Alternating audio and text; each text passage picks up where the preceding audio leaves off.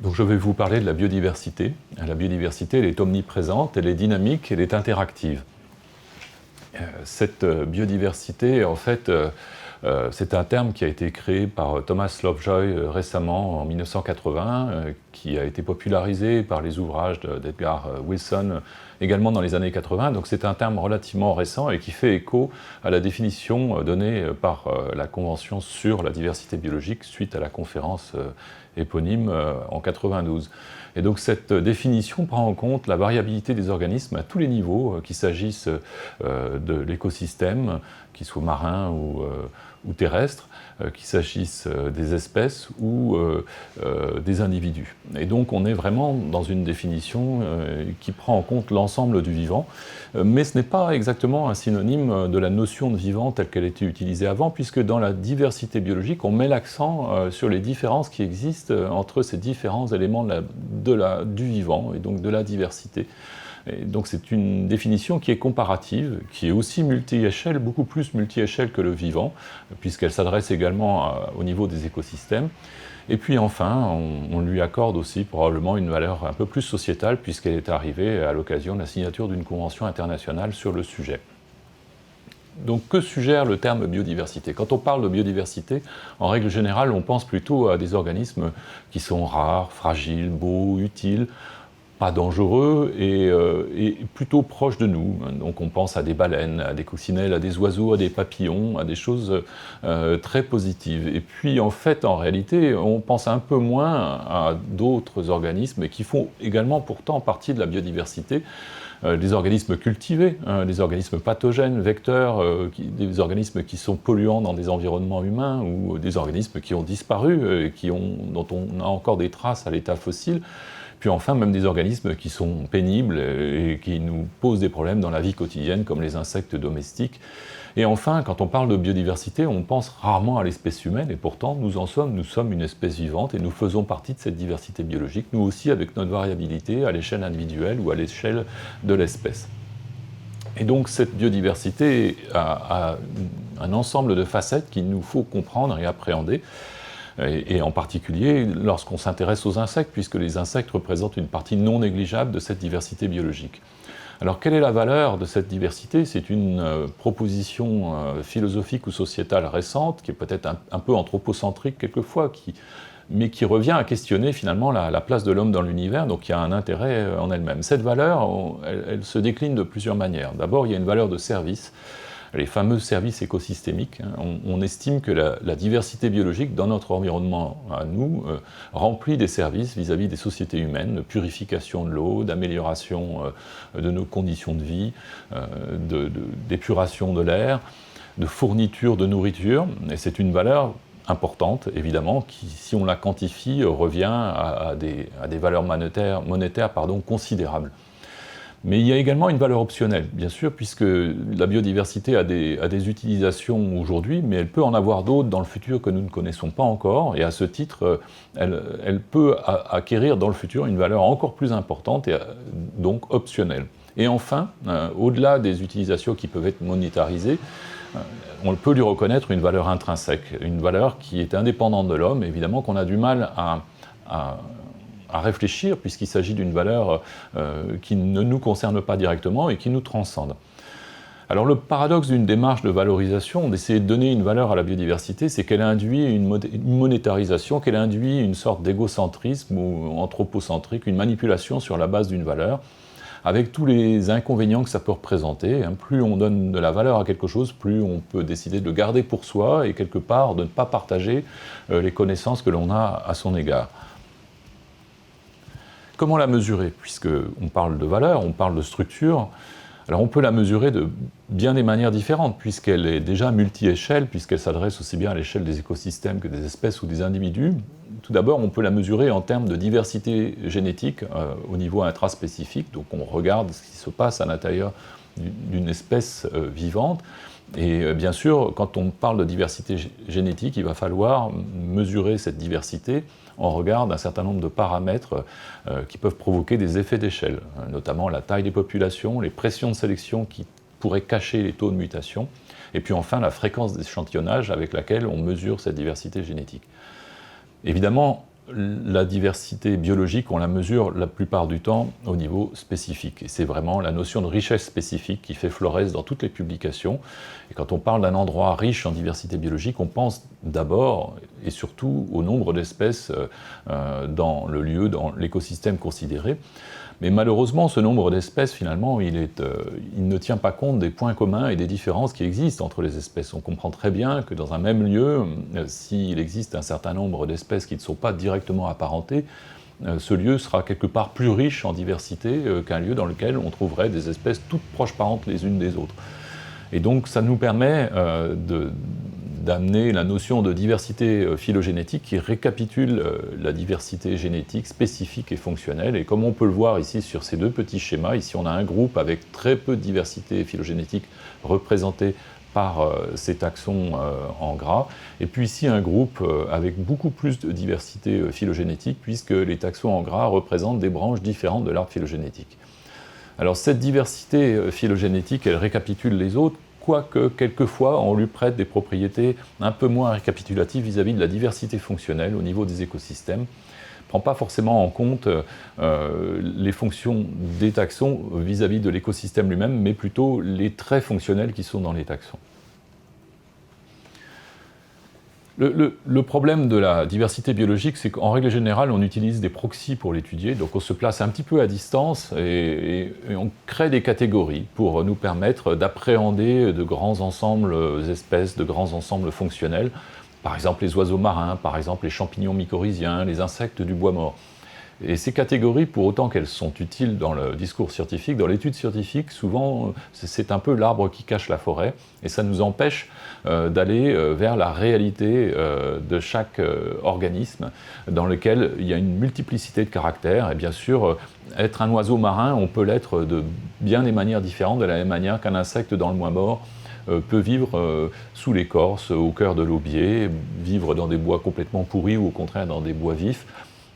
La notion de catégorie, de catégorisation au sein de la biodiversité pose toujours problème, et l'important c'est plutôt d'aller vers des sortes naturelles, ce que les philosophes appellent les sortes naturelles, c'est-à-dire ce que l'on observe réellement. Si l'on se penche par la fenêtre et que l'on regarde à l'extérieur de son habitation, on ne va pas voir un oiseau marin, on ne va pas voir une espèce animale, on va voir en fait un individu, et on va voir une sorte naturelle, éventuellement un individu qui appartient à une série d'individus du fait de ses caractéristiques. Donc c'est cette sorte naturelle vers laquelle il faut aller. Un petit exemple, par exemple, qui ne concerne pas les insectes, mais qui concerne les plantes. On parle beaucoup de la succulence chez les plantes, une caractéristique qui consiste à améliorer le stockage de l'eau à l'intérieur du corps de la plante. Et cette succulence, en fait, on en trouve divers exemples chez les euphorbiacées. Ici, vous voyez une série d'euphorbes malgaches qui ont toutes des manières différentes de stocker de l'eau. Et quand on parle de succulence, évidemment, on occulte la diversité de ces formes. Et si on reconstruit l'évolution de la diversité de ces formes sur des arbres phylogénétiques, on s'aperçoit en fait que l'origine de chacune de ces formes est indépendante, relativement variée, et peut avoir une signification évolutive différente en regard des pressions de sélection qui ont permis leur maintien au cours de l'évolution. Alors un élément aussi de mesure de la diversité, je viens de le dire, c'est la richesse spécifique. Et cette richesse spécifique, en fait, nous permet d'avoir une petite idée de la diversité biologique à la surface du globe, de manière globale. Et aujourd'hui, on a décrit dans les travaux scientifiques un peu plus d'1 million d'espèces.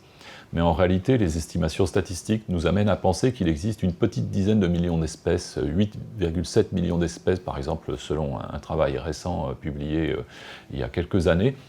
Et le tableau ci-dessous montre qu'un certain nombre de groupes comportent évidemment plus d'espèces que d'autres, et notamment les insectes représentent une part extraordinairement significative de la diversité biologique.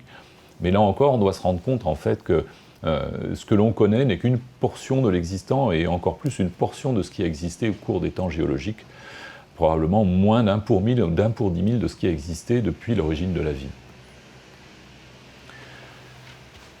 cette diversité cachée, je pourrais dire, qu'on ne connaît pas encore, on peut l'aborder maintenant aussi grâce à des méthodes moléculaires et qui nous révèlent à quel point la part inconnue de la biodiversité est encore importante. Alors ici, je montre sur cette présentation une étude qui a été faite récemment en métagénomique. On prend des échantillons globaux dans lesquels on extrait la totalité de l'ADN présent dans un certain nombre d'organismes.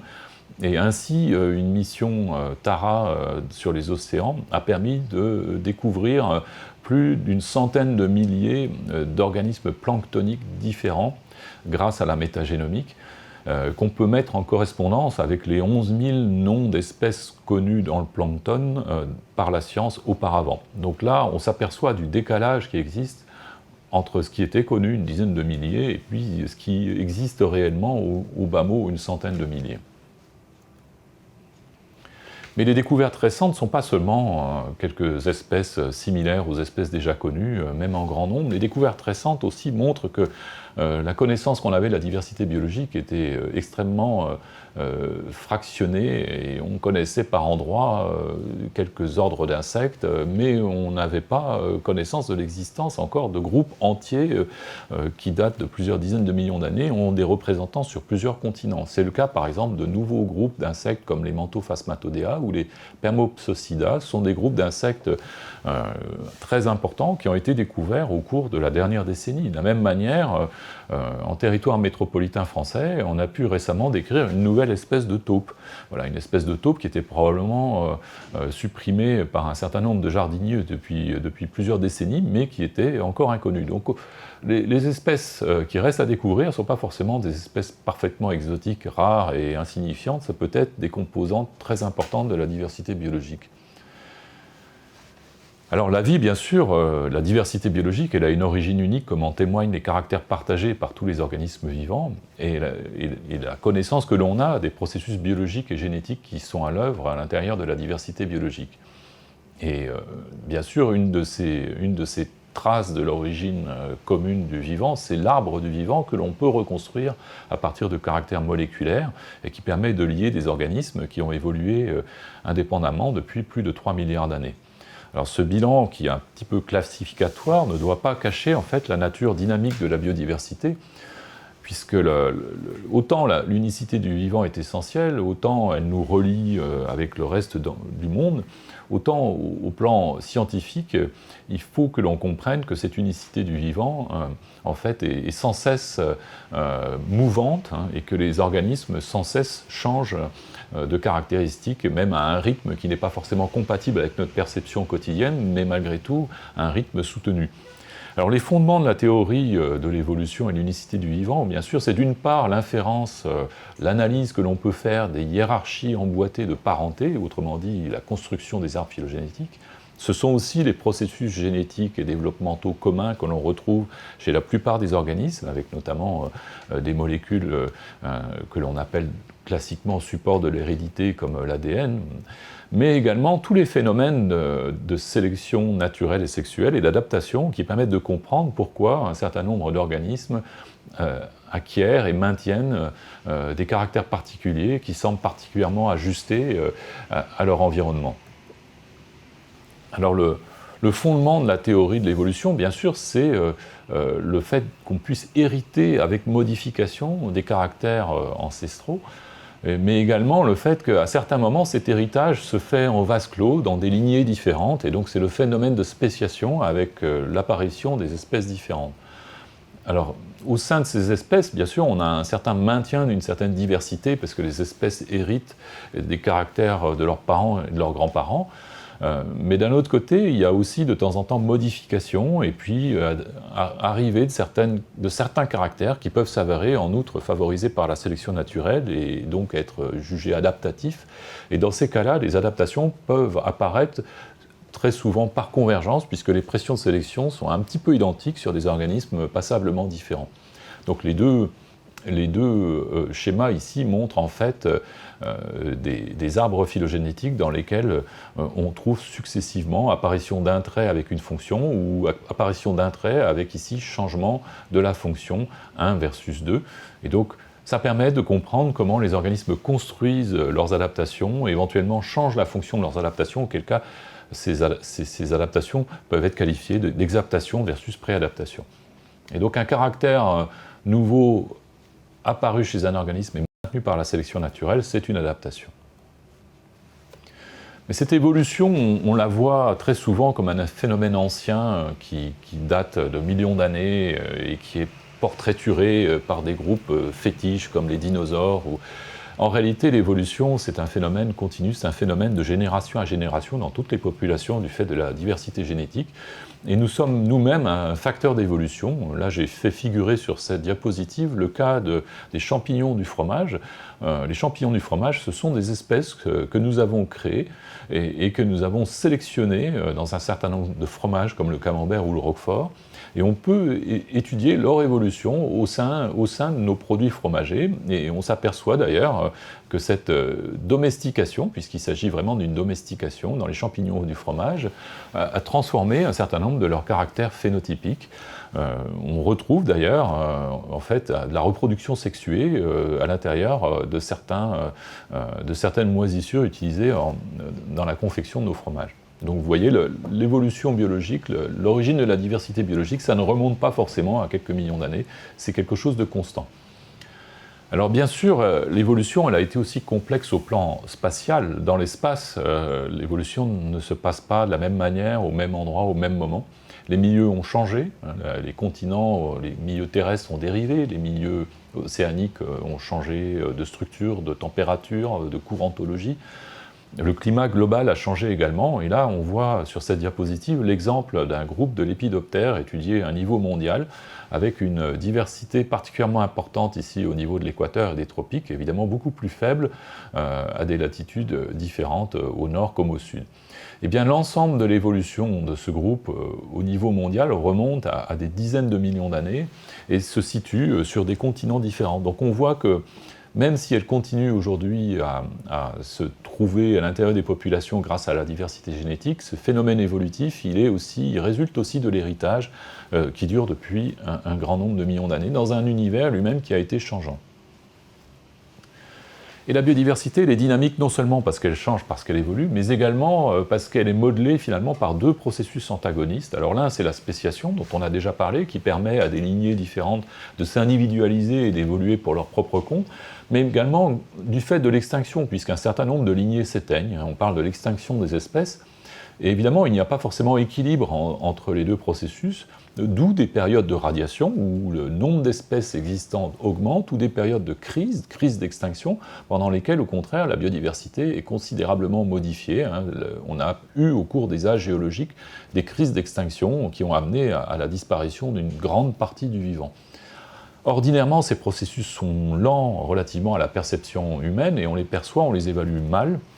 Et malheureusement, nous sommes malgré tout, du fait de notre action sur l'environnement, les causes d'une 6e crise d'extinction qui, elle, a une vitesse qui est compatible avec la perception humaine et donc qui risque de causer des graves problèmes sociétaux dans les prochaines décennies.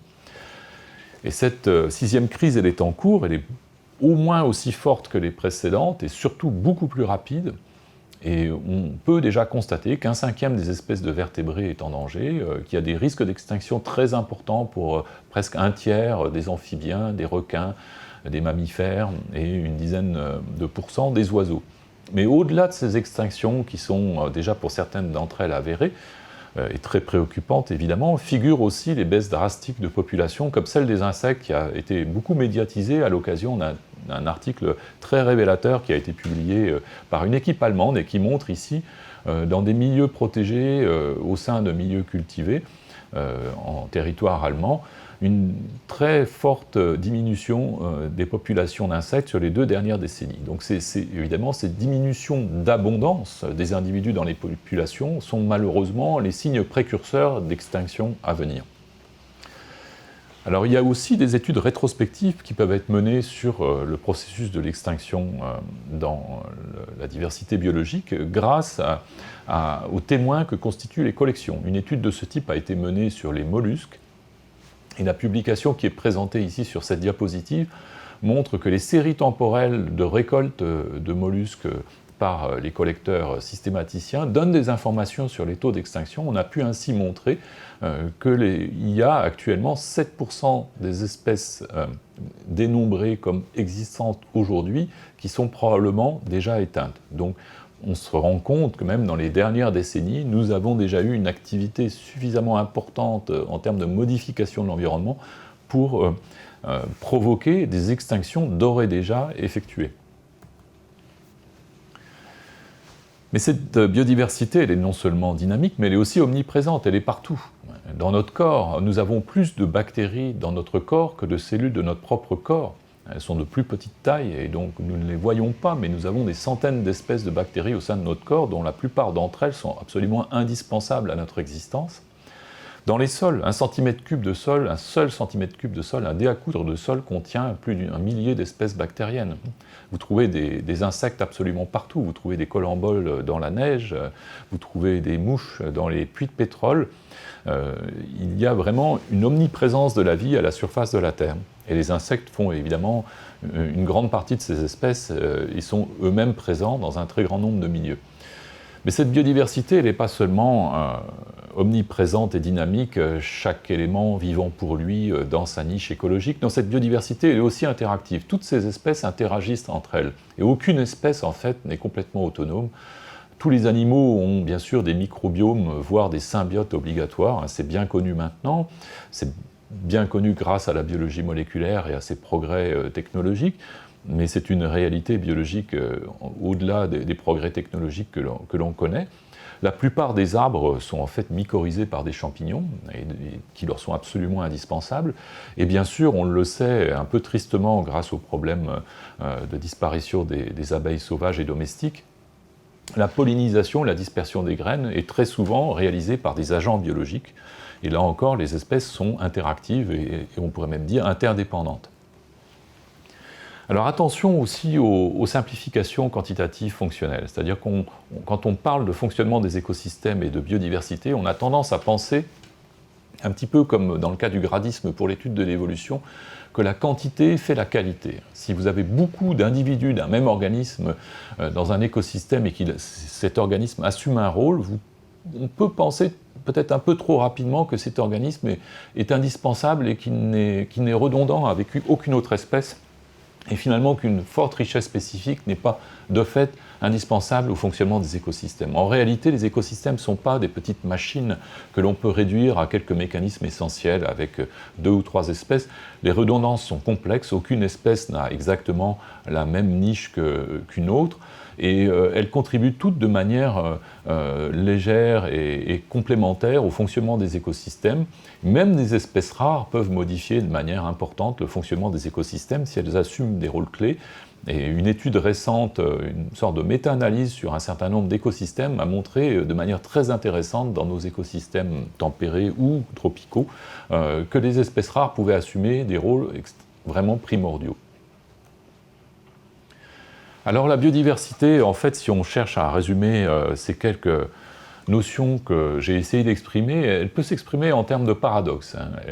On l'a dit, elle résulte d'une longue évolution, plusieurs milliards d'années, mais elle peut également s'adapter très rapidement, et nous sommes nous-mêmes un agent de l'évolution de la biodiversité, de l'évolution biologique, à quelques dizaines d'années, ou voire quelques années d'existence. Nous en sommes de la biodiversité, nous-mêmes, l'espèce humaine, mais nous avons du mal à la considérer pour elle-même. Nous avons du mal à considérer que la biodiversité a une valeur non seulement optionnelle ou de service, mais qu'elle a aussi une valeur intrinsèque, et nous nous distancions par rapport à cette biodiversité. C'est un paradoxe également, hein, puisque nous en sommes dépendants.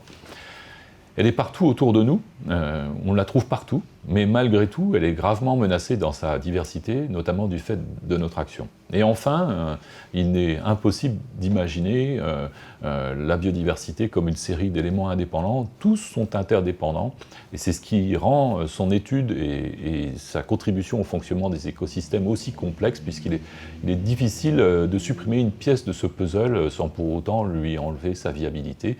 On pourrait résumer cette notion par une maxime, hein, la quantité ne fait pas la qualité, et je pense que c'est une bonne conclusion à un petit exposé sur la diversité biologique.